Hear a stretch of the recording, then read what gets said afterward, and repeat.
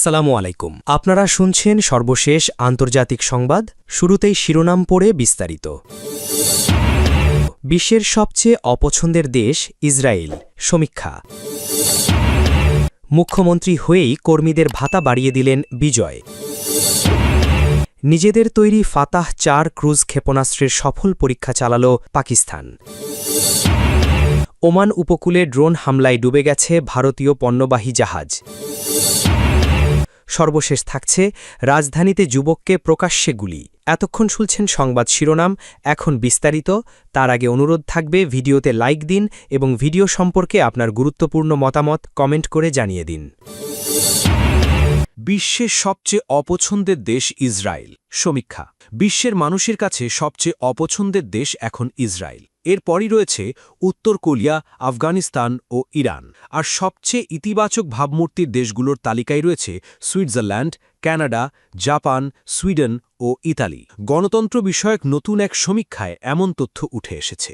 Global country perceptions ২০২৬ শীর্ষক জরিপটি চালিয়েছে বৈশ্বিক জরিপ সংস্থা নিরা ডাটা। জরিপে বিশ্বের ২৯টি দেশ ও ৩টি আন্তর্জাতিক সংস্থাকে কিভাবে দেখা হয় সে ব্যাপারে ৪৬,৬৬৭ জন উত্তরদাতা তাদের মতামত জানিয়েছেন।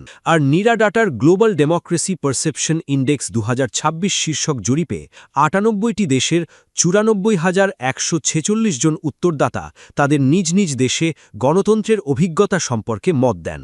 জরিপের ফলাফলে বলা হয়, গাজায় চলমান গণহত্যা, ফিলিস্তিনিদের জোরপূর্বক বাস্তুচ্যুতি, খাদ্য অবরোধ এবং পশ্চিম তীরে সহিংসতা বৃদ্ধির কারণে আন্তর্জাতিক অঙ্গনে ইসরায়েলের ভাবমূর্তি ব্যাপকভাবে ক্ষতিগ্রস্ত হয়েছে। মানবাধিকার সংস্থা, জাতিসংঘের বিশেষজ্ঞ এবং আন্তর্জাতিক আদালতগুলোও ইসরায়েলের বিরুদ্ধে আন্তর্জাতিক আইন লঙ্ঘনের গুরুতর অভিযোগ তুলেছে। সমীক্ষায় মার্কিন অবস্থানেও বড় ধরনের পতনের চিত্র উঠে এসেছে। বৈশ্বিক জনমতের বিচারে মার্কিন যুক্তরাষ্ট্র এখন বিশ্বের সবচেয়ে নেতিবাচকভাবে দেখা ৫টি দেশের একটি। এমনকি আন্তর্জাতিক গ্রহণযোগ্যতার দিক থেকেও দেশটি রাশিয়া ও চীনেরও নিচে অবস্থান করছে। জরিপ অনুযায়ী ২০২৪ সালে মার্কিন যুক্তরাষ্ট্রের নেট ইতিবাচক ধারণার স্কোর ছিল +২২%, যা ২০২৬ সালে নেমে এসেছে -১৬%। মাত্র ২ বছরে ৩৮ পয়েন্টের এই পতনকে তাৎপর্যপূর্ণ বলে উল্লেখ করা হয়েছে। বিশ্লেষণে বলা হয়, প্রেসিডেন্ট ডোনাল্ড ট্রাম্পের পররাষ্ট্রনীতি, ন্যাটো মিত্রদের সঙ্গে টানাপোড়েন, আগ্রাসী শুল্ক নীতি, গ্রিনল্যান্ড নিয়ে বিতর্কিত অবস্থান, ইউক্রেনের সহায়তা কমানো এবং ইরান যুদ্ধ ঘিরে মার্কিন ইসরায়েল জোটের ভূমিকা বিশ্বজুড়ে ক্ষোভ বাড়িয়েছে। জরিপে মার্কিন যুক্তরাষ্ট্রকে এখন বৈশ্বিক হুমকি হিসেবে দেখা হচ্ছে, যেখানে রাশিয়া ও ইসরায়েলের পরই তার অবস্থান। গ্লোবাল ডেমোক্রেসি পারসেপশন ইন্ডেক্স ২০২৬ নিজেদের বিশ্বের সবচেয়ে বড় বার্ষিক গণতন্ত্র জরিপ হিসেবে দাবি করে। বিশেষজ্ঞ নির্ভর মূল্যায়নের বদলে এখানে নাগরিকদের সরাসরি অভিজ্ঞতার ভিত্তিতে গণতন্ত্রের মান যাচাই করা হয়।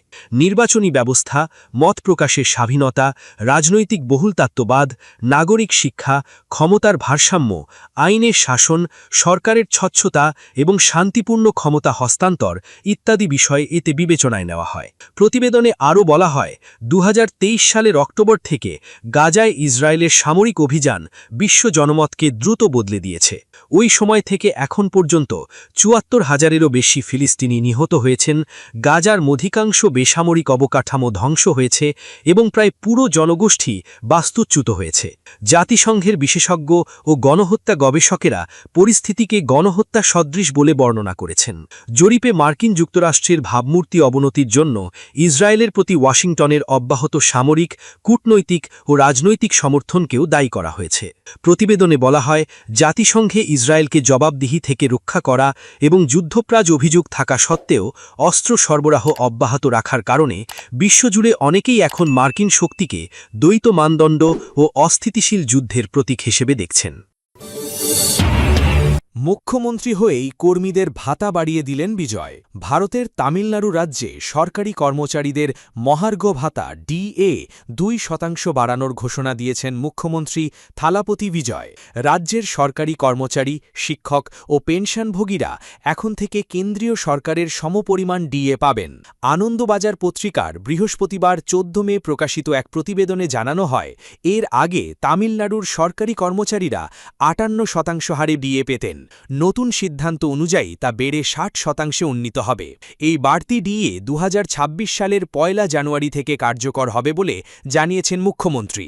বিজয় বলেন, সরকারি কর্মচারী ও তাদের পরিবারের আর্থিক সুরক্ষা নিশ্চিত করতেই এই সিদ্ধান্ত নেওয়া হয়েছে। চলতি বছর কেন্দ্রীয় সরকারও কর্মচারীদের ডিএ 58% থেকে বাড়িয়ে 60% করেছিল। তামিলনাড়ু সরকার এবার সেই একই হার অনুসরণ করছে। রাজ্য সরকারের হিসাব অনুযায়ী ডিএ 2% বাড়ানোর ফলে বছরে অতিরিক্ত প্রায় 1230 কোটি রুপি ব্যয় হবে। এজন্য প্রয়োজনীয় অর্থ দ্রুত বরাদ্দ দেওয়া হবে বলেও জানিয়েছে সরকার।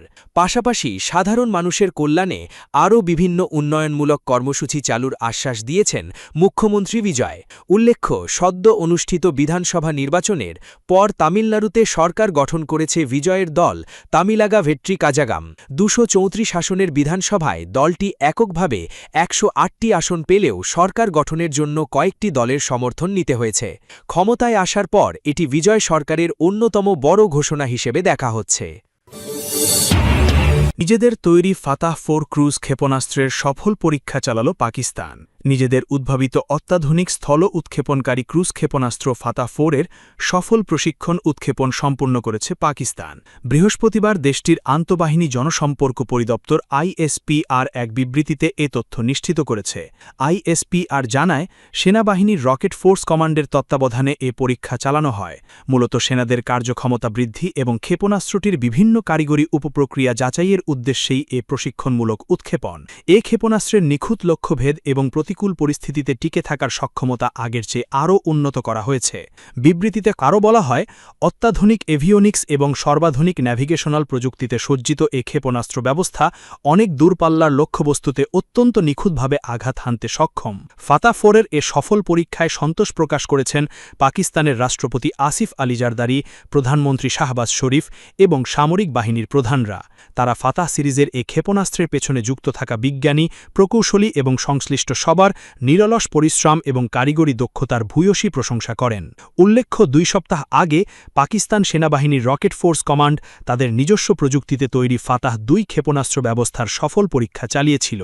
গত 28 এপ্রিলের সেই পরীক্ষার সময় স্ট্র্যাটেজিক প্ল্যানস ডিভিশন এবং পাকিস্তান সেনাবাহিনীর ঊর্ধ্বতন কর্মকর্তারা উপস্থিত ছিলেন। তার এক সপ্তাহ আগে পাকিস্তান নৌবাহিনী তাদের নিজস্ব জাহাজ বিধ্বংসী আকাশ উৎক্ষেপণকারী ক্রুজ ক্ষেপণাস্ত্র তৈমুরের সফল পরীক্ষা সম্পন্ন করে।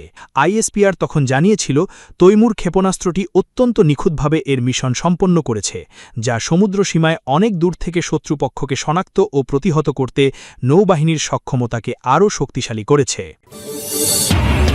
ওমান উপকূলে ড্রোন হামলায় ডুবে গেছে ভারতীয় পণ্যবাহী জাহাজ। ওমানের উপকূলে একটি ভারতীয় পণ্যবাহী জাহাজে বিস্ফোরণের ঘটনার পর সেটি ডুবে গেছে বলে দাবি করেছে সামুদ্রিক নিরাপত্তা সংস্থা ভ্যানগার্ড। সংস্থাটি জানিয়েছে, অজ্ঞাত হামলাকারীর হামলায় জাহাজটি ক্ষতিগ্রস্ত হয়।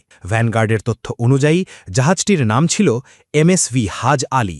14 জন নাবিক নিয়ে এটি সোমালিয়ার বিচ্ছিন্ন সোমালিল্যান্ড অঞ্চলের বারবেরা বন্দর থেকে সংযুক্ত আরব আমিরাতের শারজায় গবাদি পশু পরিবহন করছিল। সংস্থাটি জানায়, হরমুজ প্রণালীর দক্ষিণে ওমানের লিমা উপকূলের কাছে একটি সন্দেহজনক বিস্ফোরণ ঘটে। প্রাথমিকভাবে ধারণা করা হচ্ছে এটি ড্রোন বা ক্ষেপণাস্ত্র হামলা হতে পারে। বিস্ফোরণের পর জাহাজটিতে আগুন ছড়িয়ে পড়ে। পরিস্থিতি নিয়ন্ত্রণের বাইরে চলে গেলে নাবিকরা জাহাজ ত্যাগ করতে বাধ্য হন। পরে জাহাজটি ডুবে যায় বলে জানায় ভ্যানগার্ড।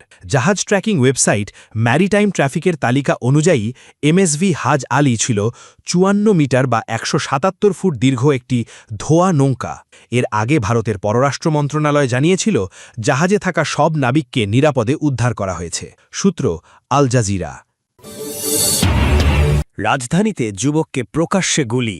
রাজধানীর লালবাগ শহীদনগর এলাকায় মোহাম্মদ রাফি হোসেন নামের এক যুবকের ওপর গুলি চালিয়েছে ইমন নামের এক যুবক। আহত রাফিকে উদ্ধার করে ঢাকা মেডিকেল কলেজ হাসপাতালে ভর্তি করা হয়েছে। বৃহস্পতিবার 14 মে রাত 8টার দিকে শহীদনগর 3 নম্বর গলির বেড়িবাঁধে এই ঘটনা ঘটে। আহত রাফি শহীদনগর 2 নম্বর গলির এলাকার মোহাম্মদ তাইজুদ্দিনের ছেলে। তার মা মোমেনা বেগম জানান, রাফির টি প্রিন্ট করেন, এরপর অনলাইনে বিক্রি করেন। আহত রাফিকে হাসপাতালে নিয়ে আসা মোহাম্মদ সাজিব জানান, ওই গলিতে এলাকারই কয়েকজন যুবক সাজিবকে একা পেয়ে জিজ্ঞেস করে শাহিন নামে একজনকে তিনি দেখেছেন কিনা। দেখেননি জানাতেই তারা সাজিবকে এলোপাথারি কিল ঘুষি মারতে থাকে। এক পর্যায়ে সাজিব সেখান থেকে চলে গিয়ে রাফিকে তার বাসা থেকে ডেকে আনেন। এরপর তারা দুজন ওই যুবকদের কাছে যাওয়া মাত্রই ইমন নামে একজন পিস্তল বের করে গুলি করেন। ইমনের সঙ্গে রেজাউল, মিন্টু, শাহাবুদ্দিন সহ আরও ৮-৯ জন ছিল। তিনি আরও জানান, গুলি করে তারা পালিয়ে যায়। পরে তিনি রাফিকে উদ্ধার করে হাসপাতালে নিয়ে আসেন। তার ডান পাজরে একটি গুলি লেগেছে। চিকিৎসকের বরাত দিয়ে ঢাকা মেডিকেল পুলিশ ক্যাম্পের ইনচার্জ ইন্সপেক্টর মোহাম্মদ ফারুক জানান, আহত যুবককে জরুরি বিভাগে চিকিৎসা দেওয়া হচ্ছে। ঘটনাটি লালবাগ থানায় জানানো হয়েছে।